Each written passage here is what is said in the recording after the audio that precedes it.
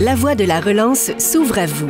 Elle passe par ici, ici, ici, ici et ici.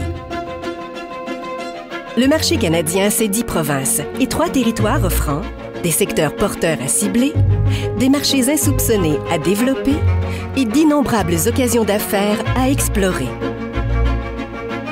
Le saviez-vous? La valeur des exportations québécoises de biens et services à destination des autres provinces et territoires du Canada est évaluée à plus de 80 milliards de dollars. Cela représente près de 40 % de la valeur totale de nos exportations et 17 % du PIB de la province. Saviez-vous aussi que le marché canadien représente le deuxième marché d'exportation de biens du Québec dans le monde, après celui des États-Unis?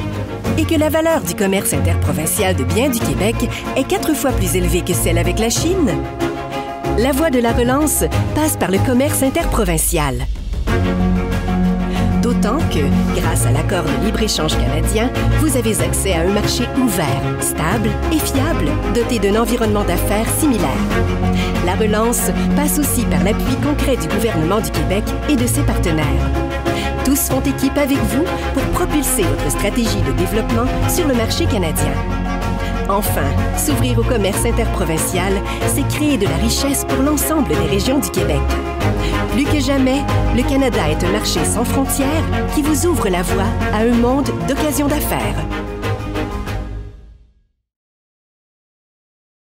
Alors, bonjour. Bonjour à tous. Donc, je me présente, Charles Milliard, PDG de la Fédération des chambres de commerce du Québec. Je vous souhaite la bienvenue à cet événement donc, de notre série Corex, une série que l'on fait, vous le savez, depuis plusieurs années avec notre grand partenaire, donc BMO Groupe Financier. Je reconnais d'ailleurs aujourd'hui la présence de François Morin, notre bon ami François, directeur général, donc Opérations et Affaires publiques pour le Québec et l'Atlantique chez BMO. Alors, merci d'être avec nous, François. Vous le savez, aujourd'hui, on se voit dans le cadre donc, du mois de promotion du commerce interprovincial. C'est notre 3e rencontre d'une série de 5. Alors, du 18 février au 18 mars prochain, on a 5 rencontres. Donc, la première visait à placer les choses un peu de façon générale sur l'importance du commerce interprovincial. Et les 4 suivantes, donc, sur des thématiques particulières. On s'est vu il y a 2 semaines, donc, sur le marché de l'agroalimentaire au Canada. Et aujourd'hui, on parlera donc de technologie de l'information et du divertissement. Alors, si vous êtes avec nous, puis je vois plusieurs personnes d'ailleurs qui sont des têtes importantes, je vous dirais, du domaine de la TI et du divertissement, c'est donc que vous reconnaissez, comme nous, l'importance du commerce interprovincial et comment la relance économique qui s'opère ces jours-ci dans les mois à venir, peut-être même les années à venir, ça constitue un élément de développement très important, souvent sous-estimé dans plusieurs secteurs d'activité. Alors, on aura l'occasion de voir aujourd'hui qu'est-ce que ça veut dire, pardon, dans le domaine des technologies de l'information et du divertissement, faire la promotion aussi de l'accord de libre-échange canadien et évidemment entendre des témoignages. Donc, aujourd'hui, on aura un témoignage d'un entrepreneur qui, justement, a bien réussi à ce titre-là dans le secteur d'activité aujourd'hui. Avant de vous présenter nos nombreux invités, je prends le temps de remercier nos partenaires donc, du mois de promotion du commerce interprovincial. Alors, évidemment, Investissement Québec, le gouvernement du Québec, Commerce international Québec, donc tout le réseau des ORPEX dans toutes les régions du territoire québécois. Le réseau de chambres, alors je vois plusieurs directeurs et directrices généraux de chambres de commerce avec nous, donc salutations à vous. Et évidemment, les partenaires Corex au long cours, donc j'ai mentionné BMO Groupe Financier, Exportation et Développement Canada, Terrien Couture Jolicoeur, Investissement Québec CRIC et Mercadex International. Alors, comme à l'habitude, pour animer l'ensemble des intervenants, donc je cède la parole à notre bon ami René Vézina, qui est chroniqueur et journaliste bien connu. Alors, René, merci d'être avec nous. Merci, Charles. Bienvenue à vous tous et à vous toutes. En cette belle journée qui annonce le printemps, le dégel en météo et aussi peut-être le dégel de l'économie, quoi qu'elle a suivi son cours. Et on va le voir dans les prochaines minutes avec ce nouvel épisode dans le cadre du mois de promotion du commerce interprovincial. Dans le domaine des technologies de l'information et du divertissement, qui est un secteur absolument stratégique dans la période qu'on a vécue, et où on a vu quand même des réussites assez remarquables. Maintenant, dans quelle mesure on est capable ici de se faire valoir à l'extérieur dans les provinces canadiennes tant à l'est qu'à l'ouest, c'est ce que l'on va voir dans les prochaines minutes. Et voici le déroulement. de ces 2 heures, plus ou moins, qui viennent. D'abord, il y aura une présentation des chefs de poste à Toronto et dans les provinces atlantiques. Donc, Mme Catherine Tadros du côté de Toronto et Mme Maud André Lefebvre du côté de l'Atlantique. Suivra une présentation d'Investissement Québec avec Mme Agnès Gatignol et une présentation de Commerce international Québec avec Mme Nadine Brassard. Et suivra cet exemple d'une entreprise qui s'est fait valoir en misant sur le commerce interprovincial. Sans plus tarder, et tout ça entrecoupé d'une période de questions que Charles Milliard pourra animer avec vous tous et toutes, enfin les gens qui souhaiteront aller un peu plus loin dans la discussion. Mais sans plus tarder, je laisse la parole à Mme Catherine Tadros, chef de poste du Bureau du Québec à Toronto. Mme Tadros. Bonjour, merci beaucoup René pour cette présentation et merci surtout pour l'invitation à venir parler aux nombreux membres de la Fédération des chambres de commerce du Québec aujourd'hui. C'est effectivement un plaisir de se revoir parce que c'est notre 3e présentation sur le sujet important du commerce interprovincial et qui nous permet vraiment de parler des nombreuses occasions d'affaires qui se retrouvent sur ce territoire. Donc, moi, aujourd'hui, je vais essayer en 10 minutes, donc ça va être assez court, présenter, faire le portrait rapide du Bureau du Québec à Toronto, du territoire que l'on couvre, vous présenter les grandes tendances et terminer avec nos activités en cours et à venir là, dans les prochains mois. On sait que les technologies de l'information et du divertissement, c'est un sujet très large. On a la chance par contre, que ce soit un secteur en forte croissance, malgré et même peut-être à cause en seconde partie de la pandémie. Donc, sans plus tarder, je vais partager mon PowerPoint. Share. Et voilà. Donc, voilà, secteur en croissance, technologie de l'information et du divertissement au Canada. Donc, en termes du Bureau du Québec à Toronto, eh bien, sachez que le Québec a une présence à Toronto depuis 48 ans maintenant. Donc, ça fait quand même très longtemps qu'on a un bureau à Toronto et nous accompagnons, bon an, mal an, plus de 300 entreprises québécoises par année, tous secteurs confondus. Notre territoire, maintenant, en fait, on couvre tout ce qui est à l'ouest du Québec, donc les 5 provinces et les 3 territoires à l'ouest du Québec, ce qui est très, très grand territoire. La majorité de notre équipe est à Toronto. On a en fait 5 employés dédiés au développement économique à Toronto. Et nous avons aussi depuis peu 3 personnes à Vancouver et nous anticipons avoir quelqu'un à Calgary sous peu. C'est sûr qu'on a souvent la majorité de nos effectifs, nos employés ici à Toronto, je suis en ce moment, parce que l'Ontario, c'est le partenaire le plus important du Québec au Canada. C'est presque la moitié du commerce qui se fait en Ontario, 40 milliards de dollars de ventes qui vont du Québec en Ontario. Mais les autres provinces sont très importantes également, des chiffres impressionnants. Et c'est surtout important, chaque province a vraiment ses particularités, ses propres réseaux d'affaires. Alors, d'avoir une présence dans l'Ouest canadien, dans les différentes provinces, c'est vraiment un atout considérable parce que ça nous permet de développer nos réseaux d'affaires et d'en apprendre plus sur la façon de faire des affaires dans ces provinces-là. Puis ça, c'est toute une information qu'on peut transmettre par la suite aux entreprises du Québec. Donc, juste en guise d'exemple, un comparatif qu'on mentionne souvent qui surprend parfois, c'est de dire que en fait, on fait plus de ventes en Colombie-Britannique qu'on en fait en Chine. Ça, c'est un exemple parmi d'autres, mais c'est impressionnant parce que quand on pense à la Colombie-Britannique, c'est un territoire de 5 millions d'habitants et la Chine, 1,4 milliard d'individus. On comprend rapidement la force de frappe du Québec sur les marchés interprovinciaux et ce, malgré la population qui est quand même plus petite qu'un bon nombre de territoires à l'international. Donc, voilà. Et pourquoi on est si actif et on fait autant de ventes? Eh bien, pour plusieurs raisons. Comme notre monnaie commune au Canada, évidemment, ça nous évite des risques liés au taux de change. Quand on va à l'international, c'est un risque bien présent. Absence d'entrave douanière, ça, on le voit particulièrement cette année où certaines frontières internationales ont été plus difficiles à traverser que d'autres. Et ce n'est pas un risque qu'on a au même niveau là, à l'intérieur du Canada.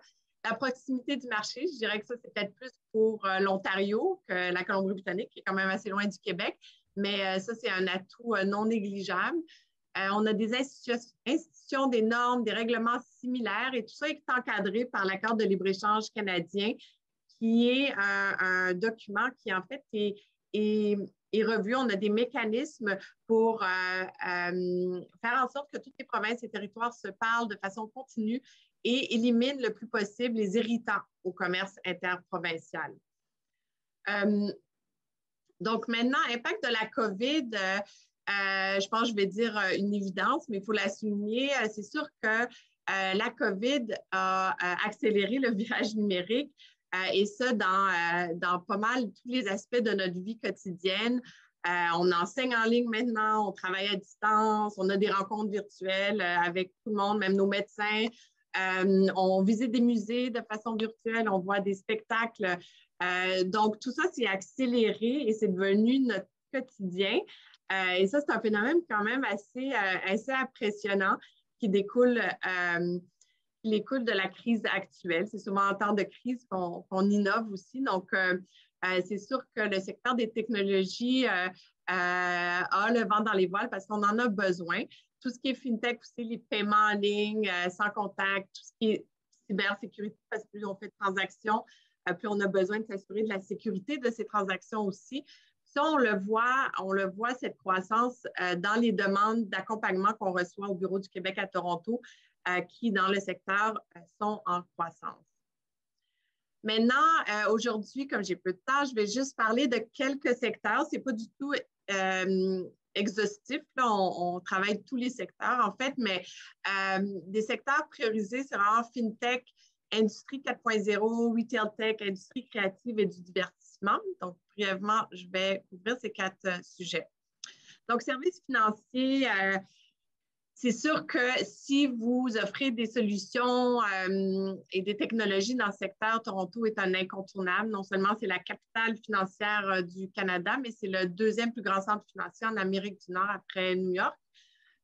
On y retrouve non seulement la Bourse de Toronto, mais toutes les grandes banques, les grandes sociétés d'assurance, les principales caisses de retraite publiques canadiennes notamment. Tout le monde a pignon sur rue sur Bay Street ici à Toronto.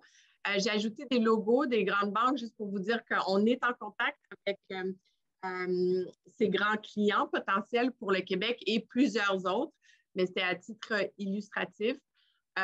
Et je voulais parler de Toronto, mais sans négliger l'Ouest canadien parce qu'on est aussi en contact avec ATB Financial, qui est situé en Alberta, par exemple, et Vancity à Vancouver. Donc, tout ce qui est FinTech, il faut penser aller à l'ouest du Québec et on est là pour vous accompagner. Je vais en parler plus en détail sous peu. Maintenant, la fabrication de pointe et technologies numériques. J'ai mis une image des super grappes. Ça, c'est une initiative en fait du fédéral qui date d'avant la pandémie, mais qui perdure, qui tente de créer des super grappes, des centres d'innovation au Canada dans différents secteurs. Donc, si vous êtes une entreprise innovante et que vous œuvrez dans le secteur manufacturier, la fabrication de pointe ou les technologies numériques, sachez que les super grappes sont sur les territoires du Bureau du Québec à Toronto. Donc, fabrication de pointe est en Ontario, Engine. c'est le nom de la Supergrappe. Alors, le secteur manufacturier, c'est sûr, est à la recherche de solutions pour optimiser sa production. Ça, c'est vrai avant la pandémie et encore plus vrai maintenant. Et aussi optimiser ses chaînes d'approvisionnement, tout ce qui est logistique. Donc, que ce soit que vous visez un secteur comme la construction automobile, par exemple, l'agroalimentaire, la santé ou tout autre secteur manufacturier, nous, on peut vous mettre en contact avec non seulement les gens de la Supergrappe, mais des acteurs dans l'écosystème ici en Ontario. Donc, on parle bien entendu de l'Internet des objets, l'apprentissage machine, la fabrication additive. Ça, c'est tous des thèmes qui sont beaucoup travaillés au sein de cet écosystème qui réunit, dans le fond, des acteurs du privé, du public, des acteurs financiers. Donc, c'est vraiment des belles opportunités pour les entreprises innovantes. À Vancouver, on retrouve la Supergrappe des technologies numériques pour tout ce qui est réalité virtuelle, mix augmenté, la collecte et l'analyse des données et l'informatique quantique. Donc, encore une fois, on est en contact avec eux et nous pouvons faciliter une bonne représentation des entreprises du Québec dans ces réseaux. Maintenant, autre secteur qu'on va parler plus en détail, en fait, ce jeudi, qui est les biens de consommation dans le cadre du Retail Tech. Je vais juste dire quelques données là, pour vous mettre en haleine, dans le fond, pour vous dire que dans ces secteurs, malgré le frein au lockdown, mais le confinement qu'on a vécu dans la dernière année, le Canadian Retail Council a calculé que de novembre 2019 à novembre 2020, il y a eu une augmentation de plus de 13 dans les ventes de commerce au détail. Et ça, c'est entre autres parce que les entreprises ont adopté et ont trouvé des outils pour vendre en ligne directement aux consommateurs. J'ai mis quelques chiffres pour vous montrer que, à part pour les vêtements, eux ont subi une perte. Matériaux de construction, une hausse de 28 %, les meubles, articles de sport, les articles électroniques et électroménagers, tous des augmentations de près de 20 % et plus. Donc, ça veut dire que il y a beaucoup d'affaires à faire et on est en contact aussi. Il y a beaucoup de sièges sociaux, notamment en Ontario, de grandes chaînes comme Walmart, Costco, Amazon, Home Depot et on organise assez régulièrement en fait des rencontres, des meet de bailleurs, rencontres d'acheteurs avec ces grandes chaînes et avec d'autres aussi. Ça, c'est juste en guise d'exemple. J'ai ajouté le logo de Shopify parce que je trouve que c'est un exemple saisissant de la croissance du secteur en temps de pandémie parce que je pense que c'est en mai dernier, Shopify, qui est une entreprise ontarienne qui vend des plateformes pour aider les commerces à vendre en ligne, est devenue l'entreprise canadienne la plus capitalisée en bourse. Donc, vraiment impressionnant la croissance de ce secteur. Maintenant, industrie créative et du divertissement. En fait, on a un très beau secteur cinématographique au Québec avec beaucoup d'excellentes firmes en post-production qui entourent et autres, là, effets spéciaux, etc. Mais il faut se rappeler que Vancouver et Toronto sont des acteurs très dynamiques. En fait, Vancouver, on l'appelle Hollywood North.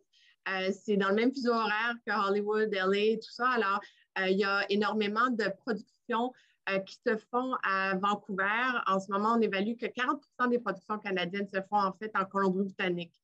Donc, ils ont tout l'écosystème qui va avec et des besoins qui vont avec, évidemment. Ontario se situe en deuxième place avec 32 % des productions canadiennes et le Québec en troisième place avec 20 %.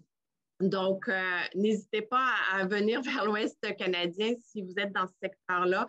Beaucoup, très dynamique, encore plein de productions parce qu'évidemment, Netflix, etc., c'est des outils qu'on utilise beaucoup. Tout ce qui est expérience immersive, multimédia, jeux vidéo, il y a notamment des salons où on est présent, SIGGRAPH, VR, AR, Global Summit, tous les deux à Vancouver.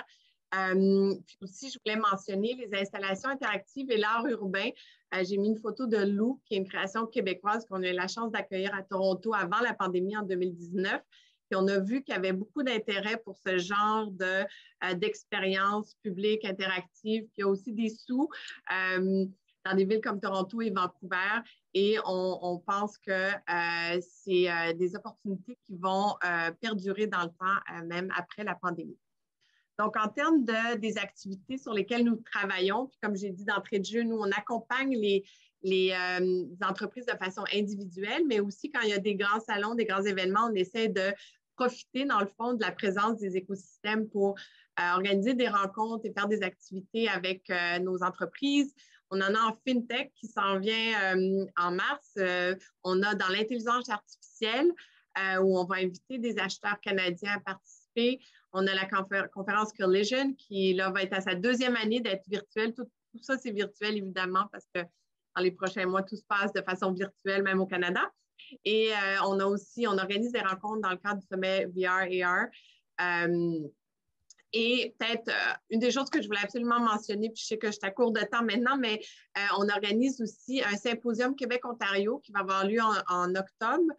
Je dis octobre, mais en fait, c'est à l'automne. Ce n'est pas encore confirmé la date exacte parce que Toronto a déclaré que 2021 était l'année de l'art public pour Toronto. Donc, nous, on veut s'associer avec l'événement. On est en contact avec la Ville de Toronto pour développer des partenariats avec des entreprises et artistes québécois qui vont pouvoir participer à ces grandes manifestations artistiques à Toronto. Donc, ça, c'est à titre illustratif. Qui va pouvoir vous aider? C'est sûr, on a une procédure. On travaille main dans la main avec Investissement Québec International et Agnès va vous expliquer comment on travaille, mais quand vient le temps de venir à Toronto, puis vraiment de faire des contacts avec les entreprises sur notre territoire à Toronto ou dans l'Ouest canadien, Jouara Laroussi et Marine Cauchy, Jouara étant à Toronto et Marine à Vancouver, vont être des personnes qui vont pouvoir vous aider notamment dans les secteurs technologiques. Tous les attachés ont plusieurs secteurs. Alors, mais elles sont vraiment très actives dans le secteur. Et là, j'ai mis aussi l'ensemble de l'équipe économique du BQT à Toronto et Vancouver parce que si vous vendez, par exemple, au secteur du transport ou dans les mines, ça se peut qu'on va vous référer à Benoît ou Valérie, dépendamment du secteur d'application dans lequel vous travaillez. Donc, sur ce, merci beaucoup. Et je vous repasse la parole, René. Oui, merci Catherine pour cette présentation virtuelle, mais vous nous avez présenté des opportunités, elles, tout à fait concrètes. Et dans un secteur qui, paradoxalement, n'a pas tant souffert que ça de la pandémie, à certains égards, il en a même profité. Et là, on imagine que ce que l'on développe ici peut se faire valoir à l'extérieur, dans le Canada, et aussi du côté de l'Atlantique. Et c'est ainsi que je laisse la parole maintenant à Mme Maud-André Lefebvre, qui est chef de poste du Bureau du Québec dans les provinces atlantiques. Et après coup, on reviendra ensemble, vous et toutes les deux, pour voir comment on peut peut-être préciser davantage certains éléments qui pourraient intéresser notre auditoire. Donc, Mme Lefebvre, c'est à vous. Oui, merci, M. Vézina. Merci à Catherine et Charles aussi d'avoir mis la table. Alors oui, Catherine a déjà bien parlé, je pense, des opportunités du commerce interprovincial. Alors, je vais me concentrer sur le territoire atlantique. Je vais tout de suite mettre mon PowerPoint. Ce ne sera pas long, voilà. Donc, l'équipe du bureau, en fait, nous, l'équipe du bureau du Québec en Atlantique, on est une petite équipe. On est en tout 5 personnes, dont 2 personnes qui s'occupent des dossiers économiques. Une personne qui est basée à Halifax et une personne qui est basée à Moncton. Là, j'aurai la chance de vous les présenter à la fin du PowerPoint. Donc, mandat qu'on a, en fait, le bureau du Québec dans les provinces atlantiques est ouvert depuis 40 ans maintenant, mais on a un mandat économique depuis 2 ans seulement. Donc, on est vraiment en train de construire notre réseau, de découvrir toutes les opportunités économiques qu'il y a ici dans les provinces atlantiques. Donc, vous voyez les provinces qu'on couvre, c'est-à-dire Terre-Neuve, Labrador, Nouveau-Brunswick, Nouvelle-Écosse et l'île du Prince-Édouard. Nous, on est basé, notre bureau est basé à Moncton. Je dirais, là, en fait, ce qu'on fait, nous, c'est un peu, grosso modo, la même chose qui se fait à Toronto. Donc, on fait une veille économique sur les opportunités, on fait de l'accompagnement individualisé auprès des entreprises, on participe et on organise des événements économiques et on met là, des entreprises en contact avec des entreprises ici là, de l'Atlantique. Sur le contexte politique économique en Atlantique, en fait, je trouve important de mentionner que dans les derniers mois, dans la dernière année, là, il y a 3 des 4 provinces qui ont changé de gouvernement.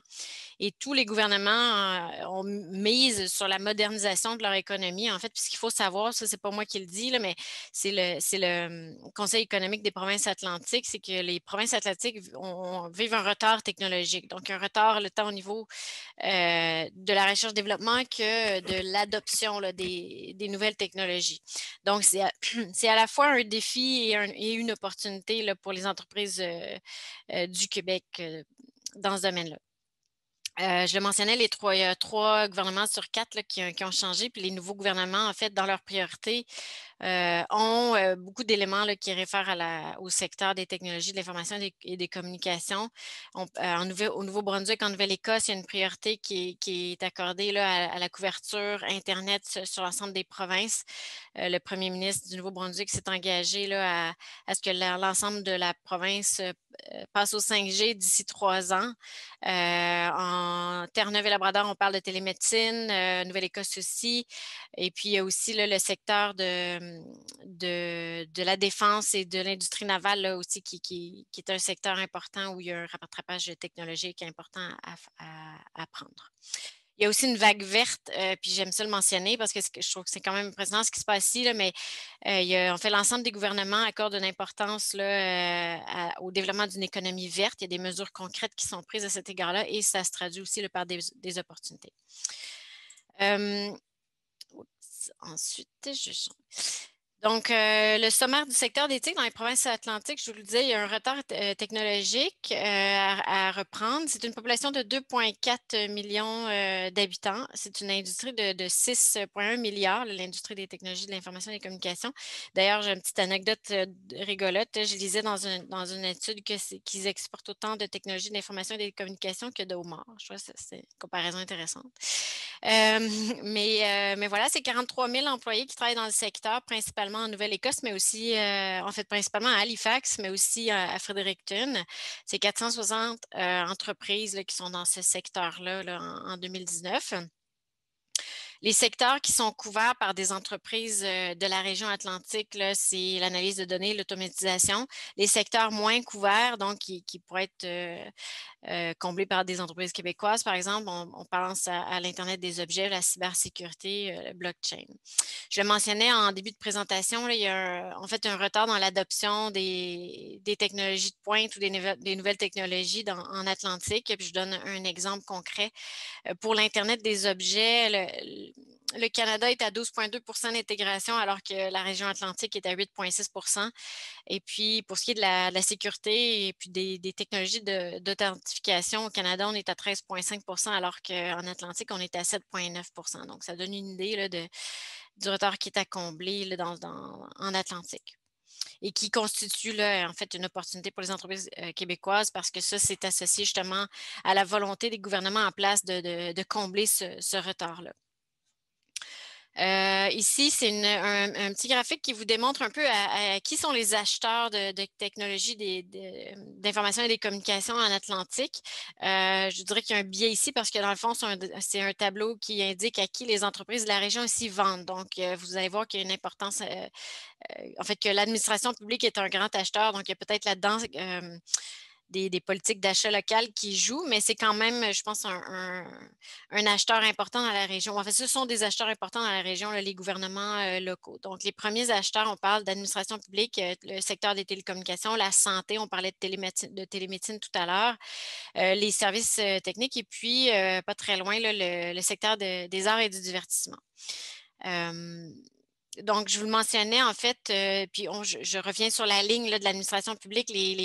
L'ensemble des gouvernements se sont engagés à à prioriser là, la modernisation de l'économie. Je vous le disais, là, le nouveau premier ministre de la Nouvelle-Écosse, de Terre-Neuve et Labrador, dans son discours électoral et dans son bilan annuel, a parlé de la modernisation de l'économie sur un horizon de 15 ans, l'intégration des nouvelles technologies dans la pêche, puis aussi évidemment la télémédecine. Là. En fait, c'est un ancien médecin, on peut comprendre, mais ça va être une priorité pour lui.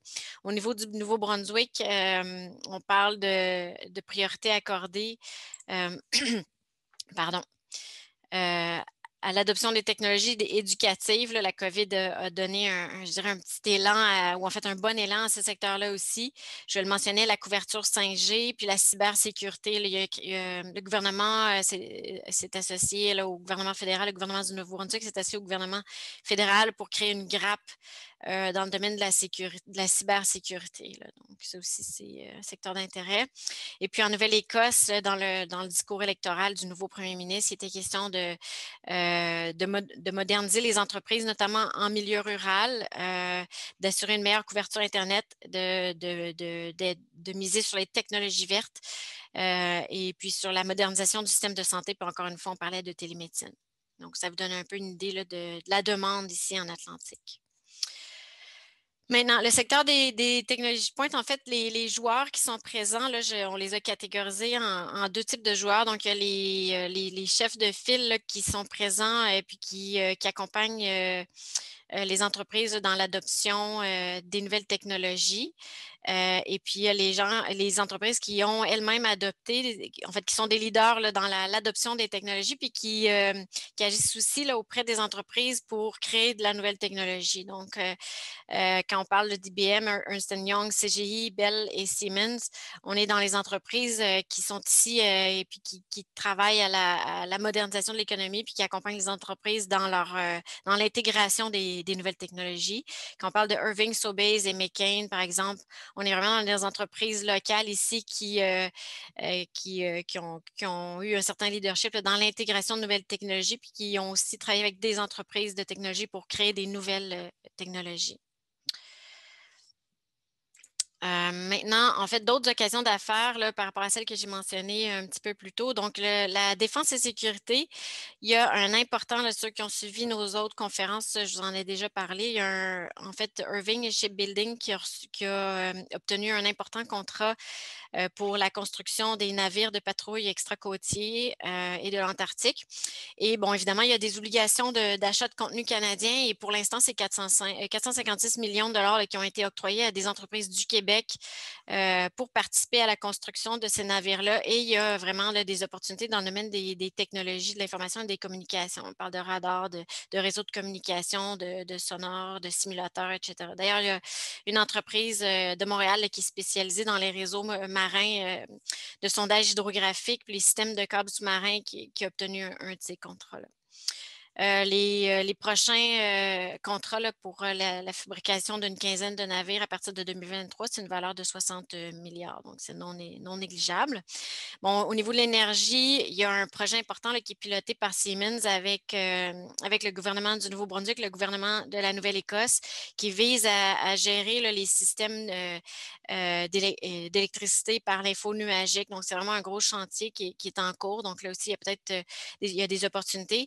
Puis, en fait, je le mentionnais, là, le développement durable, les technologies vertes, c'est une priorité dans l'ensemble des gouvernements. Donc, il y a aussi quelque chose à explorer à cet égard-là. Le divertissement, en fait, c'est 3300 entreprises qui sont dans ce domaine-là en Atlantique. Par contre, il est important de mentionner que 85 de ces 3300 entreprises-là comptent moins de 10 employés et 98 comptent moins de 50 employés. Donc, c'est vraiment des plus petites entreprises. Par contre, il y a quand même des opportunités que j'appelle de niche. Donc, je vous donne un exemple. Le Musée d'art Halifax, là, qui a un projet de 130 millions là, de dollars pour être modernisé, puis on veut faire une place aux nouvelles technologies là, dans ce musée-là.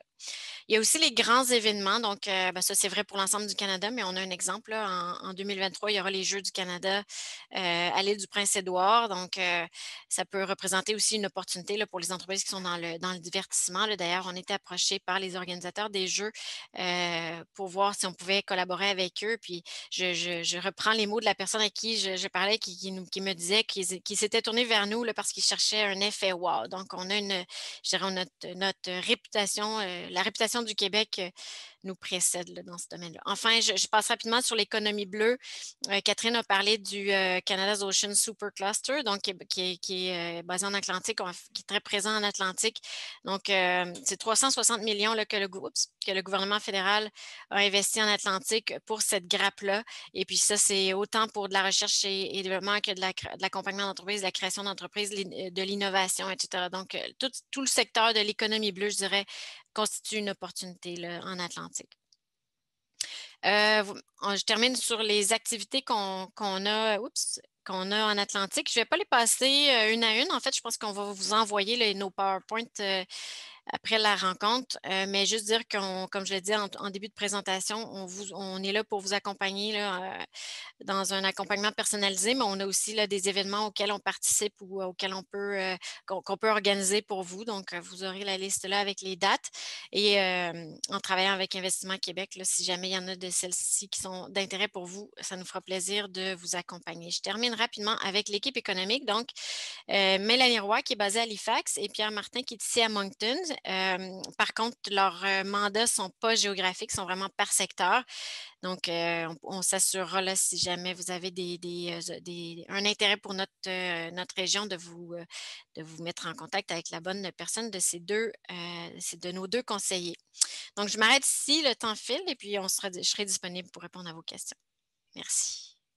Merci, Madame Lefebvre, pour cette présentation. Vraiment avec beaucoup d'informations, certaines imprévues, de savoir qu'on exporte autant en technologie d'information qu'en homards. Ça s'en vient dans quelques semaines, en passant, les homards. Là. Vous avez aussi parlé de l'effet wow, et on sait à quel point, dans le domaine des technologies, notamment du divertissement, le Québec s'est fait valoir. Et je vais commencer déjà avec vous pour cette brève période de questions, avec vous et Mme Tadros, mais avec vous d'abord, les entreprises du Québec, technologies du Québec, se sont fait valoir un peu partout, précisément dans le domaine des technologies d'information. Il y a des succès un peu partout et aussi du divertissement. Est-ce qu'elles peuvent prétendre à quelques avantages que ce soit quand elles s'adressent au marché des provinces de l'Atlantique? Tout à fait. En fait, on a plusieurs avantages. Catherine le mentionnait, on a la proximité. Donc, on est capable facilement de parler, de rencontrer des entreprises, de parler à nos entreprises. Aussi, on a une proximité culturelle. Puis ça, encore une fois, c'est pas moi qui le dis, là, en parlant avec des partenaires économiques ici, notamment au Nouveau-Brunswick, où un tiers de la population est francophone. On m'a dit qu'en fait, qu'ils se sentaient très, très près des Québécois, très, très près des entreprises culturelles. Il y a une compréhension mutuelle qui facilite les affaires. Donc, ça, c'est un avantage pour nous.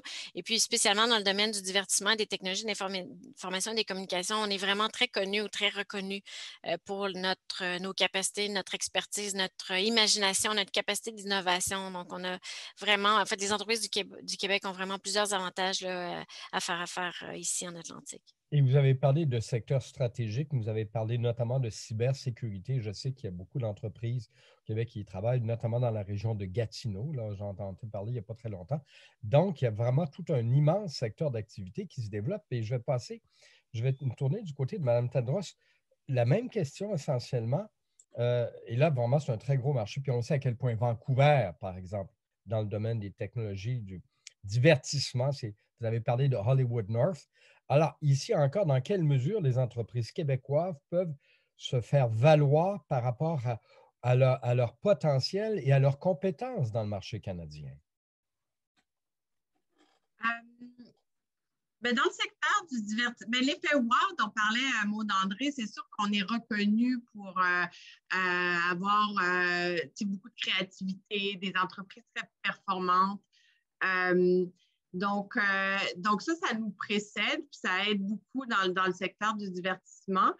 C'est sûr que quand on vient dans un nouveau marché, que ce soit à Vancouver ou Toronto, il faut faire des recherches. Il faut connaître le milieu. C'est quand même un milieu différent avec des acteurs différents. Et ils sont différents les uns des autres. Donc, même si on fait partie d'un grand pays, le Canada, il y a des différences régionales et c'est important d'y être sensible. Puis d'y aller dans un mode de partenariat aussi. Je sais que dans l'Ouest canadien, il ne faut pas aller en conquérant non plus, il faut aller en partenaire. Ça va beaucoup aider dans la réalisation de se faire des amis, de développer son réseau. Je dirais que quand on développe le marché canadien, il faut être préparé, il faut avoir fait sa recherche, il faut avoir c'est pas quelque chose qui va se faire nécessairement facilement parce qu'on est dans le même pays. Comme toute démarche de vente, que ce soit au Québec ou à l'extérieur du Québec, il faut avoir les ressources financières et humaines pour non seulement faire les premiers pas, aller à la rencontre des gens, mais faire le suivi par la suite, leur donner les informations dont ils ont besoin. Je veux dire, il y a l'expression, je ne suis pas sûre que je la connais verbatim, mais on n'a pas une deuxième chance de faire une bonne première impression. Alors, quand on arrive sur le territoire, il faut savoir qu'on peut revenir, qu'on peut faire ses suivis, puis qu'on peut persévérer dans cette démarche. Ça ne va pas être une affaire d'une rencontre. Alors, vous venez déjà d'offrir quelques conseils à des entreprises qui veulent s'implanter au marché canadien. Dans ce grand contexte actuellement, puis on sait que c'est vraiment un marché international, hein. Technologie de l'information et du divertissement, c'est maintenant planétaire et les gens regardent les marchés potentiels. Est-ce que, donc, vous avez l'impression que si on respecte un peu cet itinéraire que vous proposez, des conseils, des partenariats, tout, les entreprises du Québec sont en mesure de se faire valoir de Toronto jusqu'à l'ouest pas simplement parce qu'on est sympathique, mais parce qu'ils sont efficaces.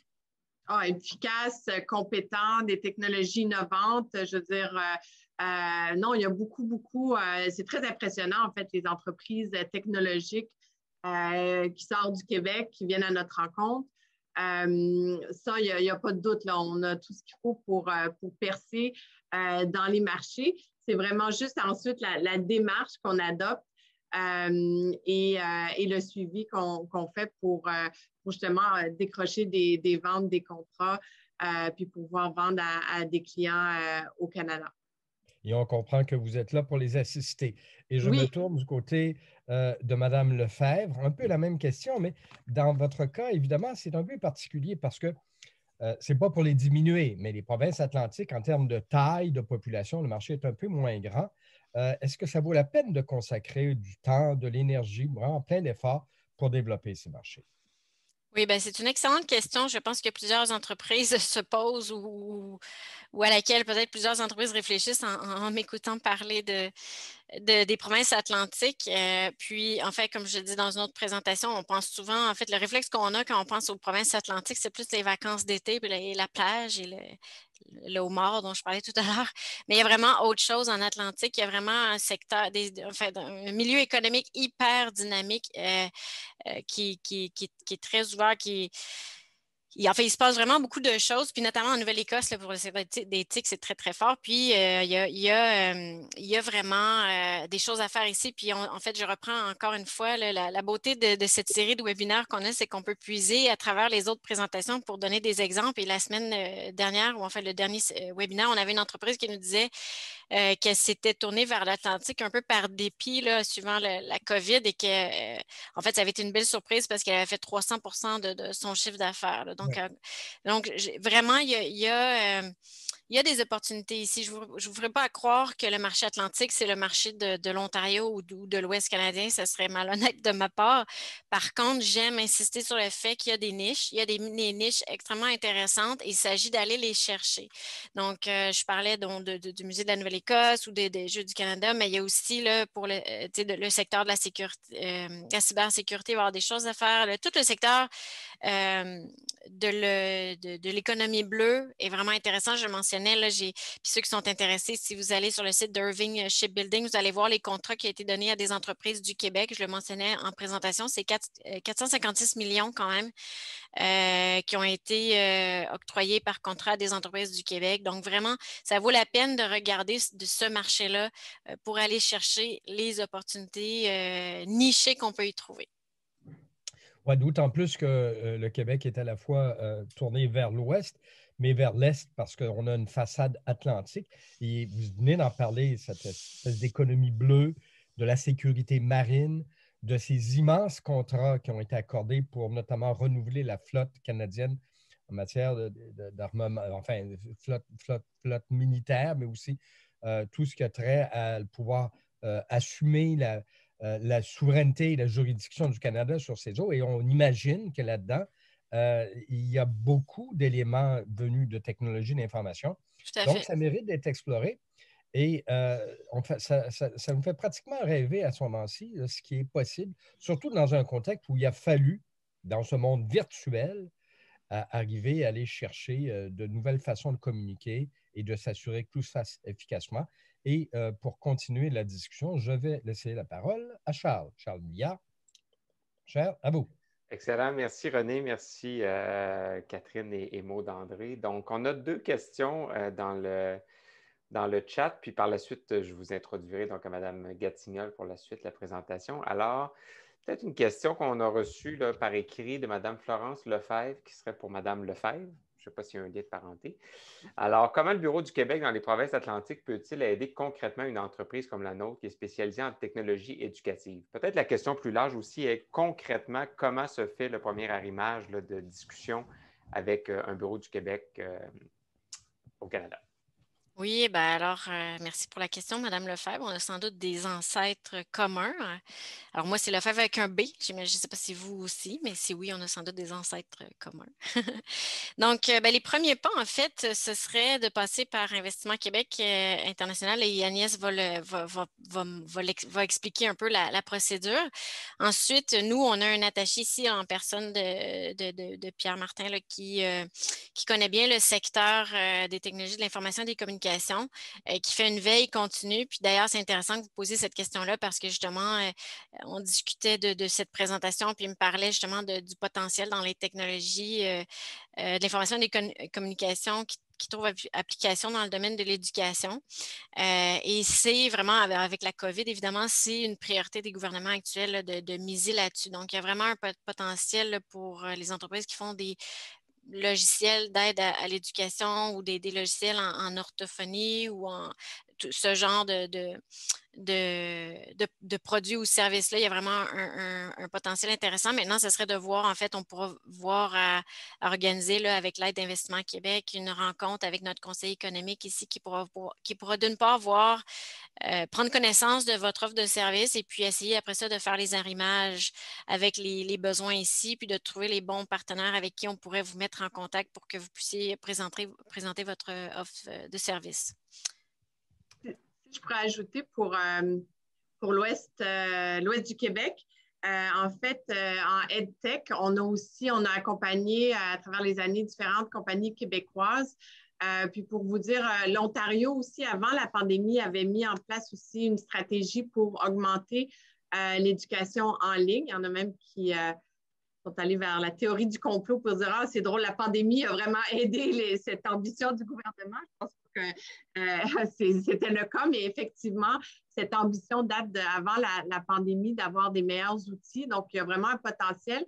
Puis c'est peut-être un bon moment pour mentionner aussi qu'il y a des francophones hors Québec. Et ça fait partie d'un autre mandat que nous avons en francophonie canadienne.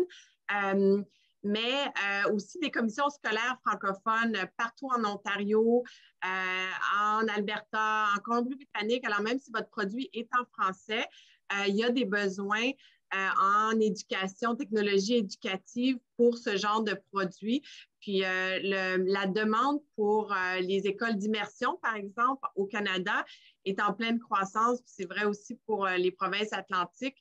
Donc sachez qu'il y a des belles opportunités, puis il y a des belles entreprises du Québec qui peuvent compenser pour ces besoins dans le réseau là, de l'éducation, dépendamment de votre plateforme, ce que vous offrez exactement.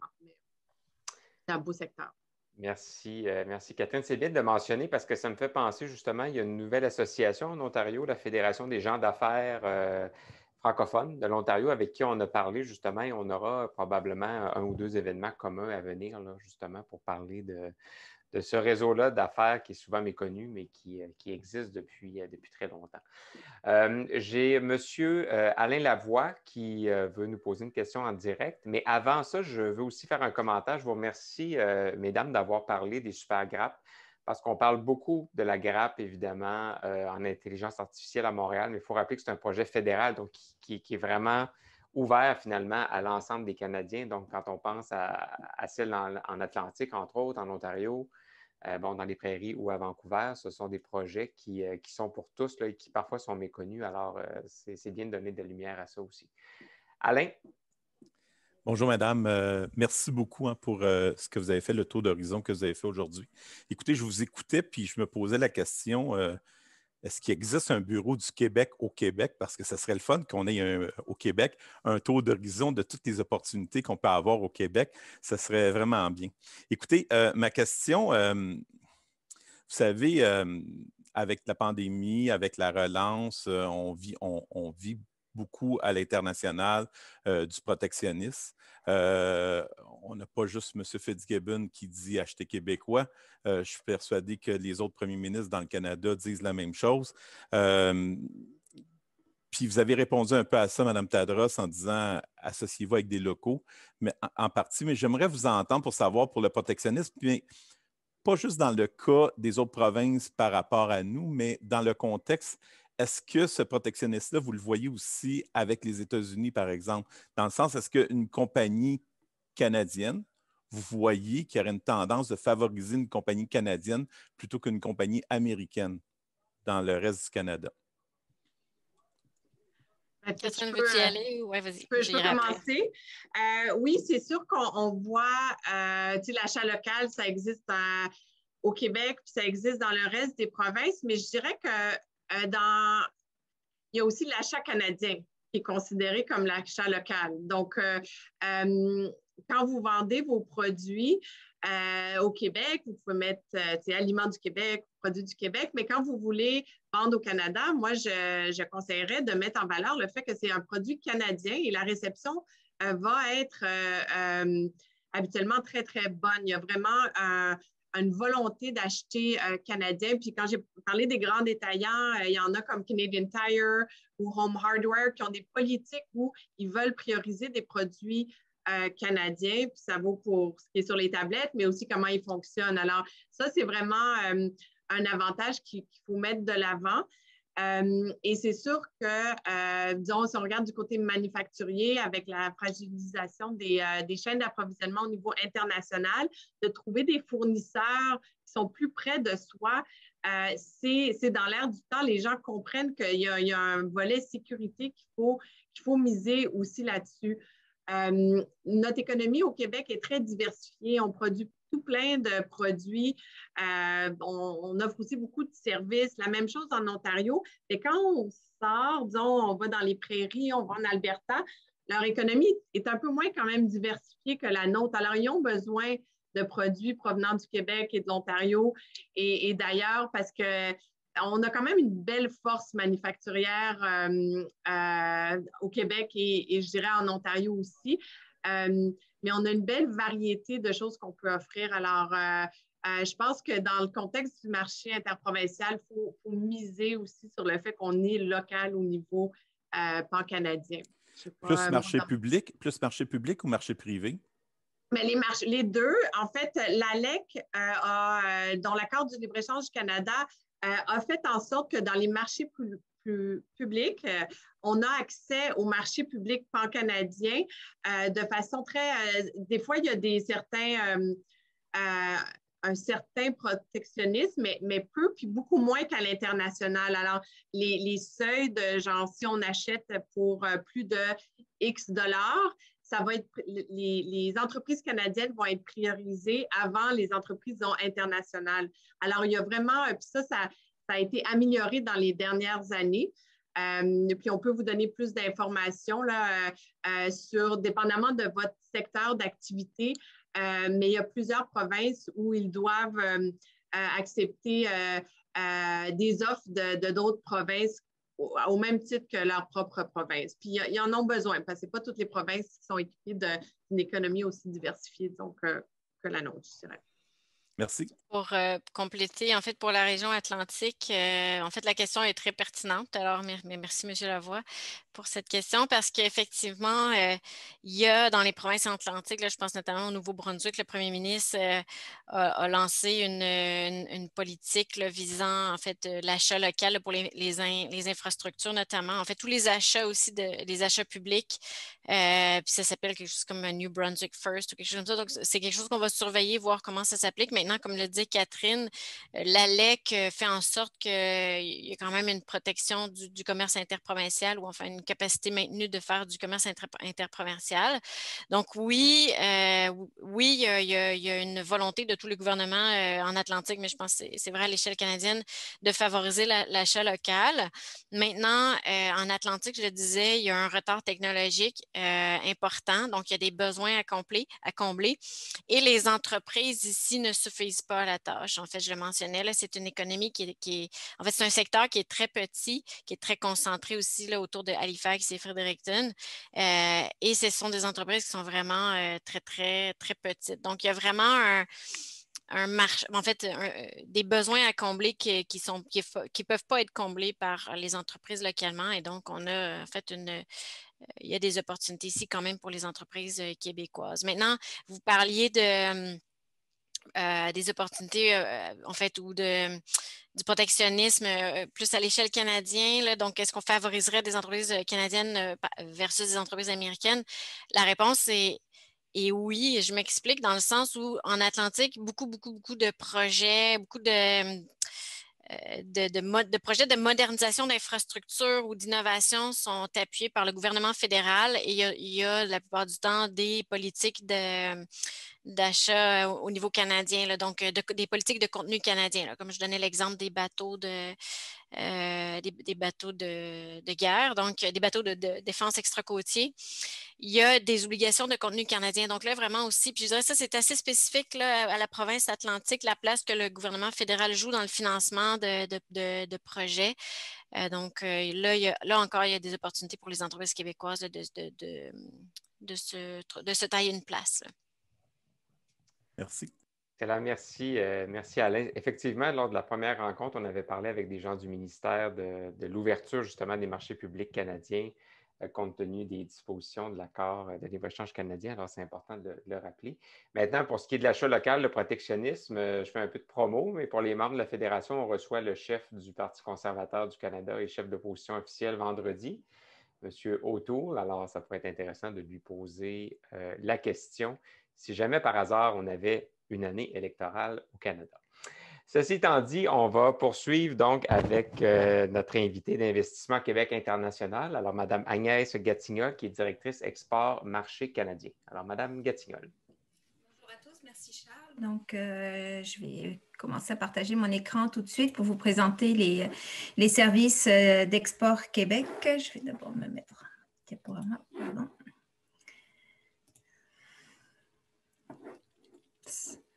Je ne sais pas si vous voyez mon écran. Oui. Oui. On peut le mettre en mode... oui, voilà. C'est ça, c'est ce que j'essaie de faire, mais c'est comme je lis. Voilà, parfait. Oui, donc mon rôle, c'est de passer après mes deux collègues chefs de poste pour l'Ouest du Canada et les provinces atlantiques et de vous présenter en fait comment les Investissements Québec et les équipes d'Investissement Québec sont présentes au Québec pour démarrer vos premières démarches en vue d'accéder à ces marchés, à ces occasions d'affaires qui vous ont été présentées grâce aux services mis en place par le gouvernement du Québec avec la fusion des équipes au sein d'Investissement Québec pour avoir une force intégrée pour vous accompagner dans l'ensemble de vos développements et plus particulièrement pour l'accès aux différents marchés.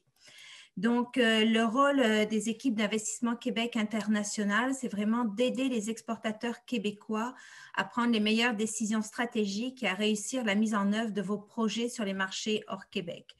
Comment on travaille avec les entreprises? Donc, on va... Grâce à nos collègues qui sont dans les bureaux du Québec, on a une meilleure connaissance des marchés. On va vous aider aussi à diversifier votre clientèle, à identifier des partenaires d'affaires, des clients, des distributeurs.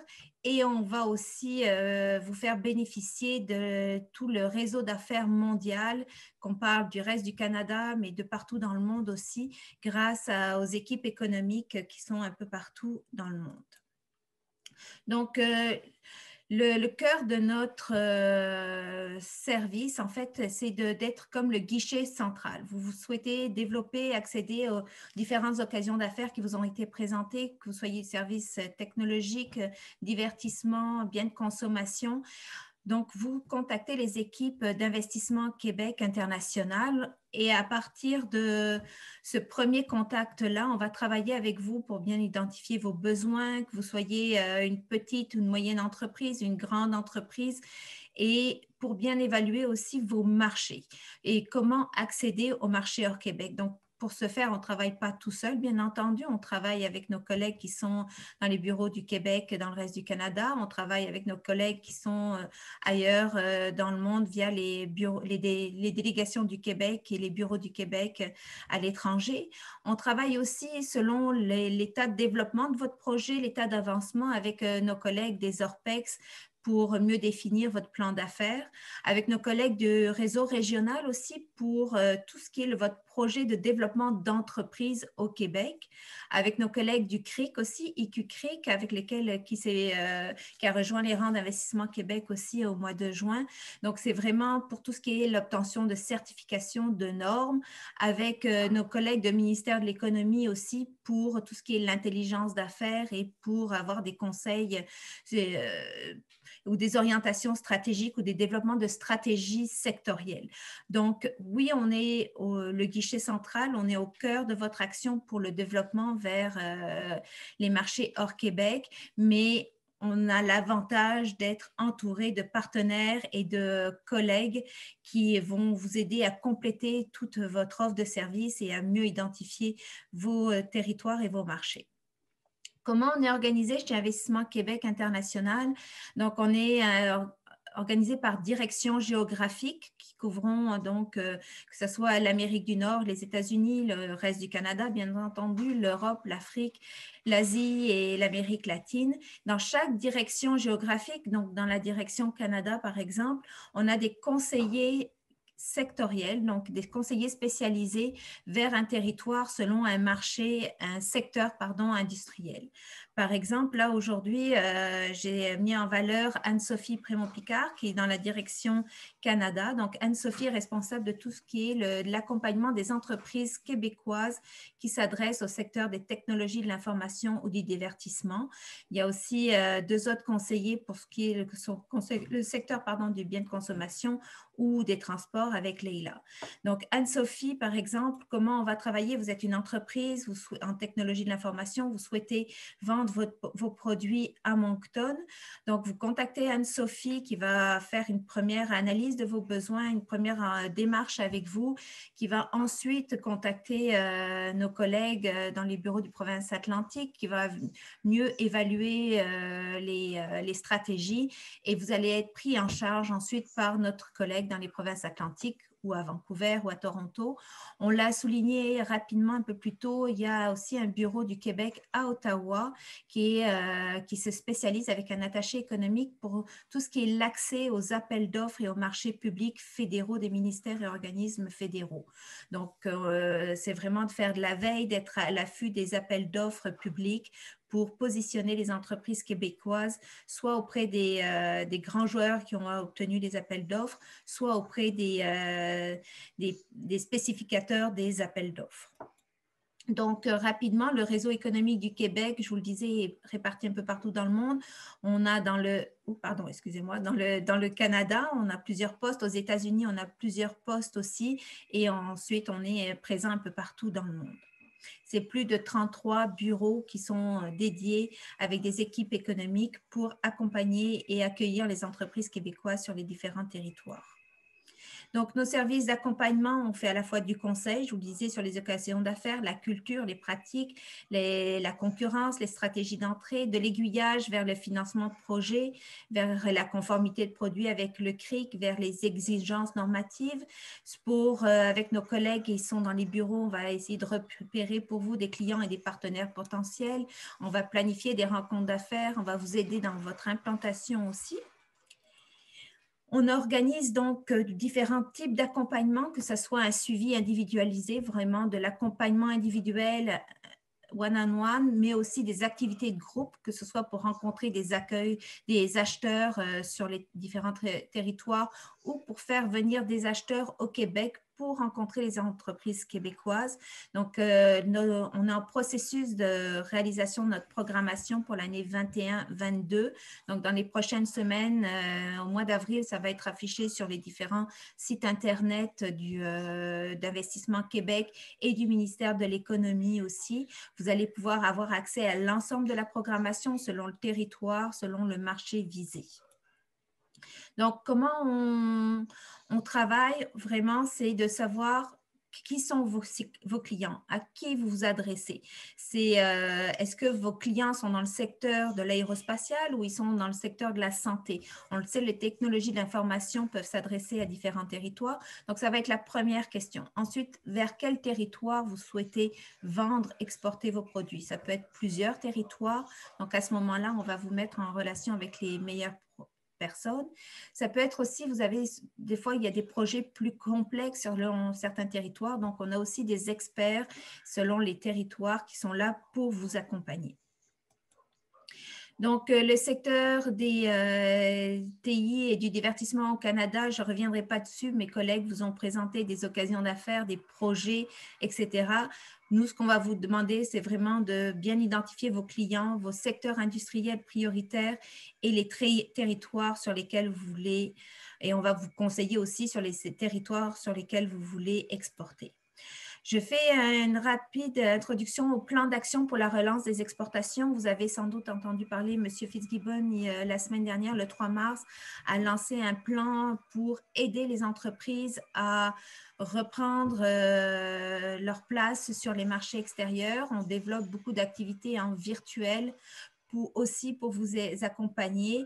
Un effort financier supplémentaire de plus de 500 millions de dollars a été mis en place par le gouvernement du Québec grâce au bureau, aux délégations, au réseau du MRI, au réseau du SQRC dans le reste du Canada, avec un programme d'aide à l'exportation aussi renouvelé pour accompagner différents types de clientèle, que ce soit des grandes entreprises, avec 10 actions pour vous accompagner et pour mettre en avant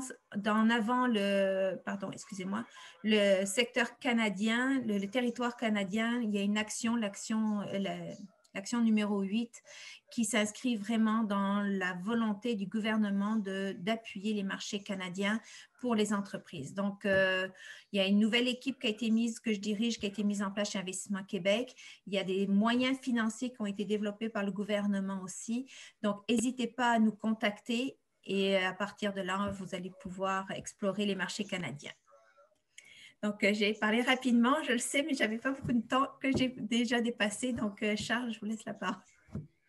Ça va, Mme Gatignol, très pertinent par ailleurs. Merci beaucoup pour la présentation. Je pense que vous avez bien complété la réponse de Mme Lefebvre tout à l'heure sur comment EQI constitue la porte d'entrée justement pour les entreprises québécoises pour le commerce interprovincial. Alors, ça me semble très clair là, suite à votre présentation.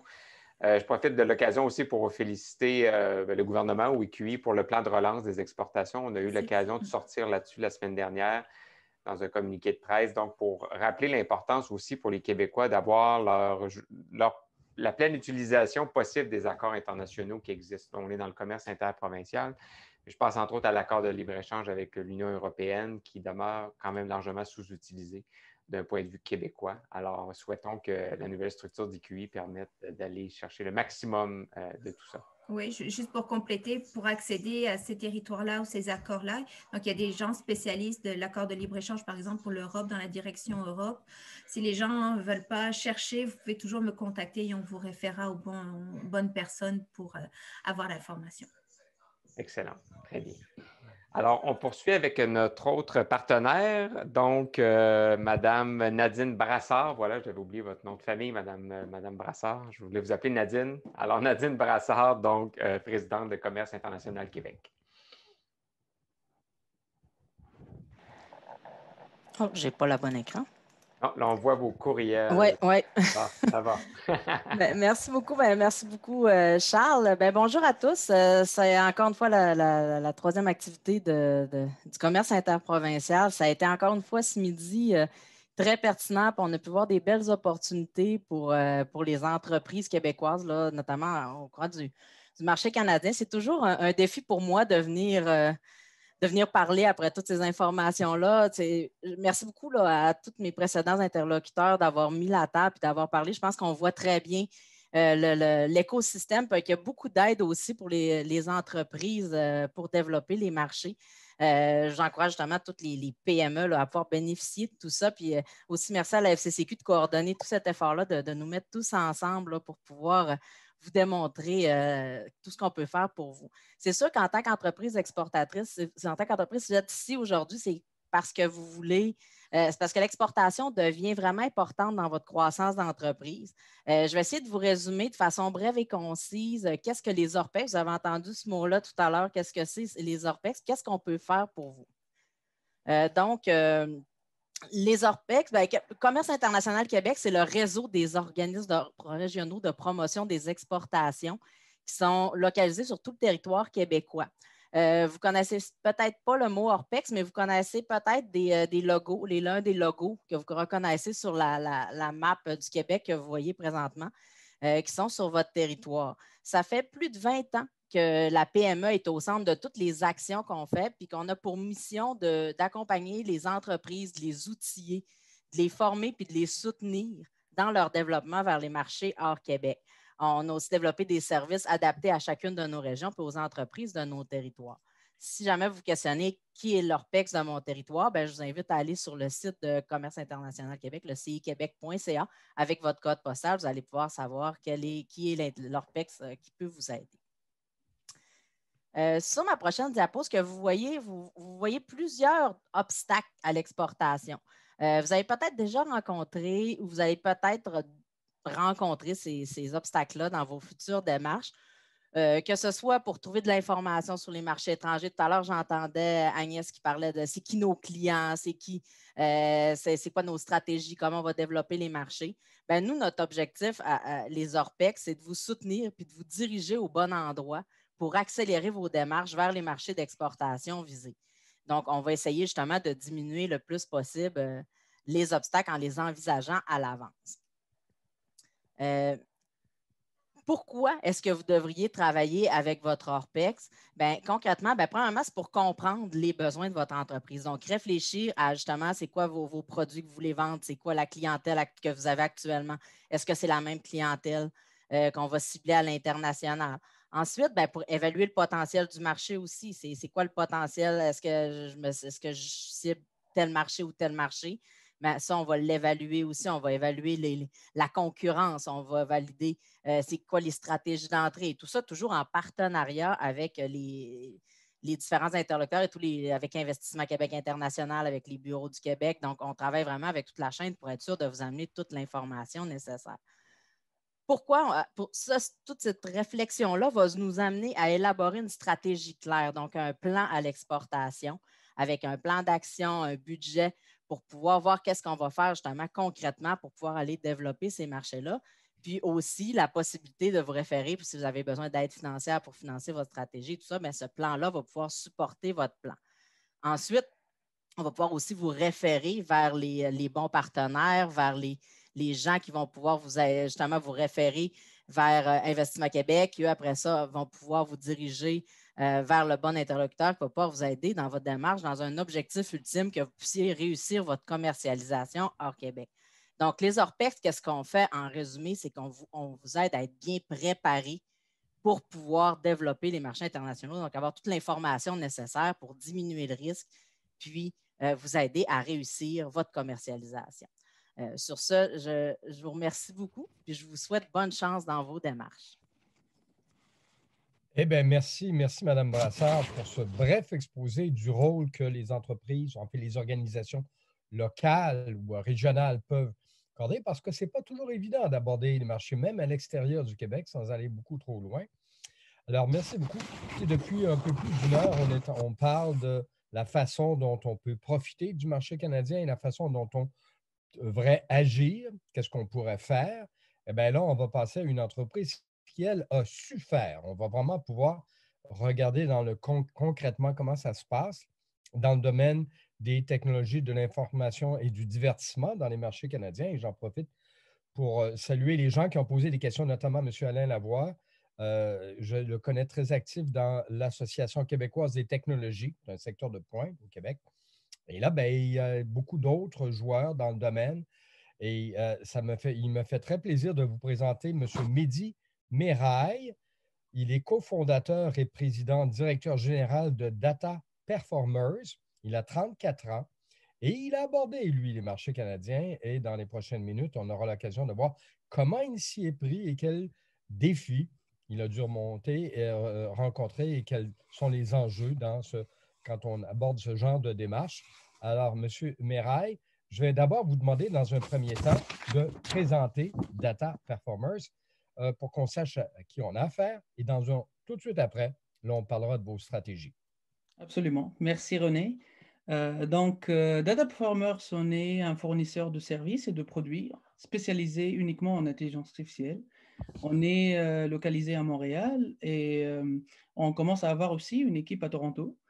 Et on se spécialise dans les secteurs manufacturiers, on a même travaillé dans le secteur bancaire et récemment dans le secteur aérospatial. Quand vous parlez d'intelligence artificielle, concrètement, ça veut dire quoi? À quel niveau intervenez-vous? En fait, nous, on construit des solutions spécifiques par rapport à des besoins où l'on appelle de l'intelligence artificielle. On travaille de plus en plus, surtout avec la crise du COVID-19, sur des solutions d'automatisation. Avec parfois le besoin croissant de la main-d'œuvre, on a besoin de plus en plus d'automatiser certaines tâches pour pouvoir répondre aux besoins du marché et rester compétitif, en fait. C'est-à-dire que même, il était question de pénurie de compétences avant la pandémie. Ça n'a pas changé, ça risque même de s'amplifier et vous arrivez avec des solutions pour justement permettre aux entreprises de pouvoir poursuivre leurs activités, même si par moment, on a de la difficulté à recruter du personnel de pointe.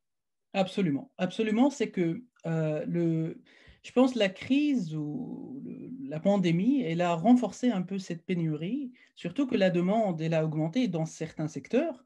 Et à un moment donné, on devrait rester compétitif aussi pour pouvoir assurer la consommation locale, pour pouvoir assurer un peu le commerce interprovincial. On a besoin de garder le même niveau de productivité et de ne pas pouvoir y aller comme chercher du produit ailleurs. Et l'automatisation était une solution auquel beaucoup d'entreprises et d'organisations se sont tournées. Et nous, on avait la chance aussi, c'est que je pense beaucoup de monde savent qu'au Québec, on a une très bonne réputation, surtout en intelligence artificielle. Il y a de très, très belles entreprises au-delà même de Data Performers. J'ai vu Alain qui est intervenu, Aerosoft par exemple, une des grandes institutions de l'intelligence artificielle et d'autres, et qu'on a déjà un nom de marque. Le Québec a un nom de marque par rapport aux capacités en intelligence artificielle et ça a beaucoup aidé à faciliter, à ouvrir des portes sur le marché local ou même international. Merci déjà pour ce pep talk, si on peut dire. Mais en ce qui vous concerne, pour ce qui est de Data Performance, comment vous y êtes pris? Quelle a été la stratégie que vous avez adoptée pour percer le marché canadien? On a en fait, on a déjà participé à plusieurs activités où on avait notre équipe, elle a voyagé à Toronto par exemple. Je me rappelle, il y avait à un moment donné l'exemple où l'accélérateur HEC avec Winston Chan qui a organisé un événement à Toronto. Monsieur Où, Winston Chan, oui.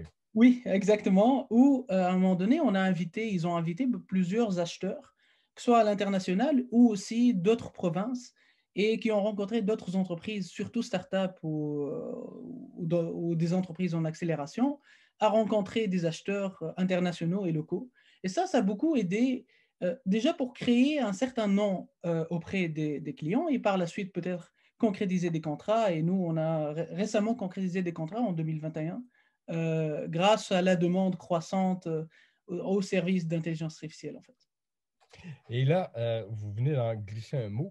Les avantages en ce qui vous concerne, justement, d'aborder le marché canadien, vous êtes déjà, je présume, là, assez connu au Québec, mais qu'est-ce que vous y voyez par rapport au marché international? On a l'impression qu'en temps de pandémie, ce marché international, il s'est peut-être replié, mais quand vous regardez le marché canadien, est-ce que ça vous permet justement de déployer davantage, enfin, d'avoir davantage de piliers sur lesquels appuyer votre entreprise? En fait, au-delà de la proximité physique, il y a ce qu'on appelle une proximité culturelle ou une proximité commerciale entre entreprises canadiennes. Et un exemple anodin, avant la pandémie, je participais à beaucoup de voyages spécifiques à des événements, que ce soit à Austin, aux États-Unis, à Tokyo. Et ce que je constate, que dans plusieurs des cas, on connecte avec d'autres entrepreneurs canadiens et québécois à travers comme un événement qui est à l'étranger. Et ça montre que malgré tout, il y a toujours une proximité culturelle et il y a comme une confiance qui est déjà établie par rapport à la marque québécoise. Et ça aide beaucoup. Nous, on travaillait beaucoup avec les Japonais juste avant la crise. Et la pandémie, elle a rendu ça un peu plus difficile, le déplacement. Et dans certaines cultures, par exemple, il est très important que les affaires se font d'une manière plus face à face, alors qu'au Canada, à travers le Canada, déjà, le monde connaisse Montréal, connaisse le Québec, il y a une certaine confiance établie par rapport à la marque intelligence artificielle montréalaise, par exemple. Donc, on n'a pas besoin d'avoir de se déplacer, par exemple, en Alberta pour aller vendre nos produits. Donc, on avait déjà un prérequis déjà existant dans le marché interprovincial, en fait. Vous venez de parler de l'Alberta. Est-ce que vous pouvez nous donner une idée des endroits où vous êtes déjà implanté à l'extérieur du Québec dans le contexte canadien? En termes de clients, récemment, on a un deuxième contrat qui a été signé en Alberta et qui s'inscrit dans le secteur de l'énergie et de la transformation verte, en fait. Ça a beaucoup aidé, en fait, à aller chercher des compétences comme existantes à Montréal. On travaille avec des firmes de Toronto ou en Ontario. Parfait. Et là, c'est souvent ça. Vous en parlez à l'aise. Je présume que ça n'a pas toujours été un long fleuve tranquille. Il y a eu des défis, des moments où il a fallu affronter vraiment des enjeux. Pouvez-vous nous donner quelques exemples de ce à quoi vous avez dû faire face et de la façon dont vous les avez surmontés, vous les avez réglés? Absolument. Le plus grand défi, généralement, en termes de vente, c'est tout simplement l'exploration du marché et la génération de leads. Moi, je me rappelle, par exemple, le Bureau du Québec nous a beaucoup facilité à connecter directement avec les acheteurs. Et ça aide beaucoup dans le sens que dans tout ce qu'on fait comme activité commerciale, que ce soit des événements, avoir, par exemple, l'exposition dans une exposition, un stand dans une exposition, ce qu'on est en train de chercher toujours, c'est d'avoir ces 10-15 minutes en tête-à-tête avec un acheteur et pouvoir présenter son produit ou son service et pouvoir comprendre leurs besoins. La Donc, connexion. oui, exactement. Et il y avait plusieurs fois où il y avait comme des activités de connexion directement. Ça veut dire que on ramène un ensemble d'acheteurs, on ramène un ensemble de fournisseurs et on fait le match et ça aide beaucoup. C'est que ça raccourcit énormément le cycle de vente. Et est-ce que vous avez l'impression que vous avez parlé de cette familiarité culturelle, qu'à cet égard-là, il y a déjà d'avant pardonnez-moi l'expression, mais un préjugé favorable par rapport à ce que vous pouvez offrir? Absolument. Il faut voir aussi l'image du Canada et du Québec à l'étranger. On reflète généralement l'image de la confiance. C'est une nation connue pour la confiance et connue pour la bonne qualité à l'étranger, que ce soit dans les pays asiatiques, dans les pays nord-africains, etc. Cette même image, j'ai l'impression que les entrepreneurs d'ici, ils sont conscients de ce potentiel-là et que ça facilite énormément les relations parce qu'il y a comme certaines normes culturelles qui sont établies et donc le monde aille avec plus de confiance sans souci. Vous avez parlé du bureau du Québec à Toronto, si je me rappelle bien. Je présume qu'il y a des ressources qui vous ont accompagné dans votre démarche.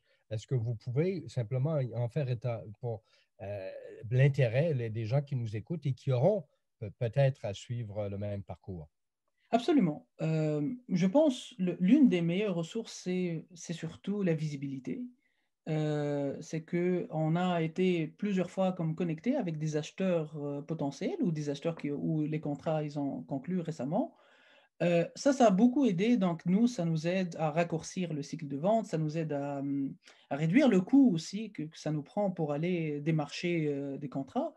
Ce qui nous a aidé aussi, il y a même quelques options qui sont intéressantes. Par exemple, on nous a offert la possibilité de faire des rencontres au sein même du bureau à Toronto, Donc, le bureau du Québec à Toronto vous a servi de plateforme.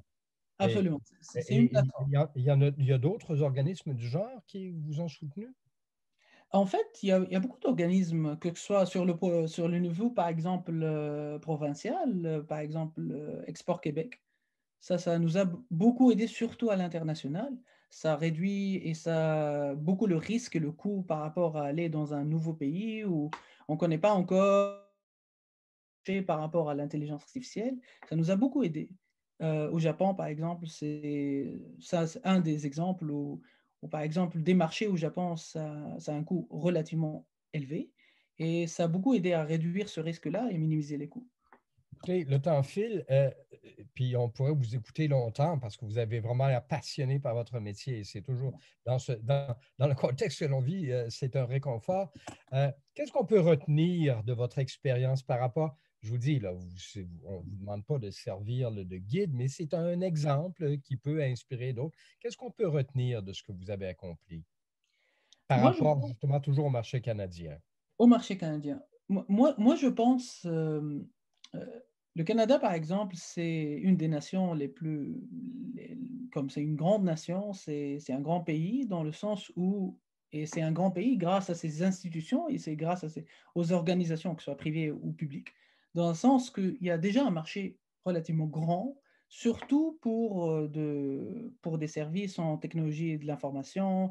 Il y a une demande assez croissante parce que on est déjà assez bien positionné sur le plan planétaire. Et donc, pour maintenir cette position-là, il y a toujours de l'intérêt. Les organisations locales cherchent toujours à continuer et continuellement améliorer un peu leurs services et produits.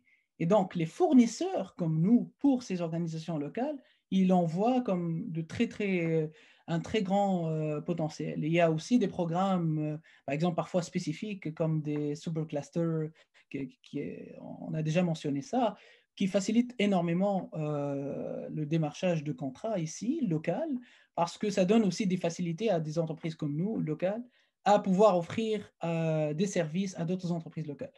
Donc, et en conclusion, on va vous demander de servir de conseiller, de consultant. Si vous permettez, hein, on va vous voler quelques-uns de vos secrets. Quels conseils vous pourriez donner à des entrepreneurs? Il y en a plusieurs entrepreneurs et entrepreneures qui nous écoutent. Qu'est-ce que vous pourriez leur offrir comme conseil pour réussir ces percées manifestement dans lesquelles vous êtes en train d'exceller? Je pense, le conseil, c'est de s'adapter assez rapidement.